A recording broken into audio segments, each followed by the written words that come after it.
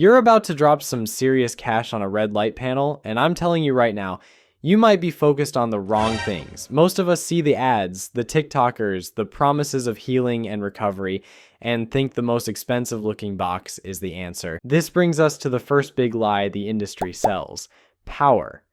Everyone is obsessed with irradiance, that number measured in milliwatts per square centimeter. Companies boast about having the highest numbers, making you think more power equals faster results. Most reputable panels already have more than enough power for effective home use. In fact, getting a panel that's ridiculously overpowered can be counterproductive. It's like trying to get a tan with a blowtorch. Silly example, I know, but you get my point. I've seen so many people get hung up on these numbers, which are often exaggerated or measured in inconsistent ways. Don't fall for it. Consistent, independent lab testing is the only thing that matters, but even then, adequate power is now the industry standard among good brands. What you should obsess over instead are the wavelengths. The classic combination you'll see everywhere is 660 nanometers red and 850 nanometers near infrared.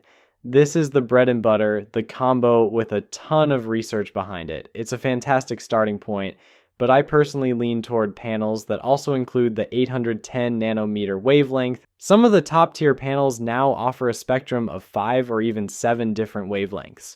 While you don't necessarily need that many, having a blend that includes 660, 810, and 850 gives you a versatile tool that covers all your bases from skin to bone. Now, let's talk about something that nobody thinks about until it's too late. Safety, specifically EMF and flicker.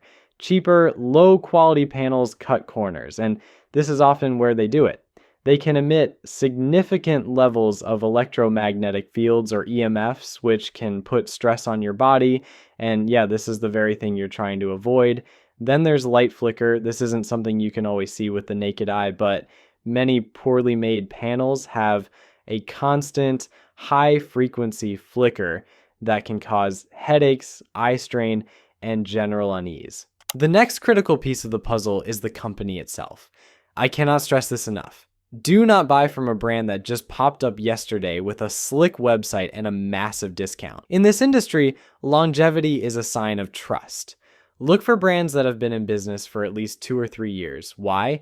Because the warranty is only as good as the company that offers it. And on that note, consider the noise. These panels have fans to keep the LEDs cool, and some of them can sound like a jet engine taking off. If you're sensitive to noise or plan to use your panel while trying to relax or meditate, you need to check reviews that specifically measure the sound levels in decibels. It's a small detail that can make a huge difference in whether you actually stick with using your device consistently. And that brings me to your first few sessions. I need to warn you about something that happens to a lot of first-time users, something that almost made a few of my friends quit. After their first couple of 15-minute sessions, they felt completely wiped out. We're talking about a deep, crushing fatigue, almost like you'd spent a whole day in the sun at the beach. Some people report dizziness or headaches.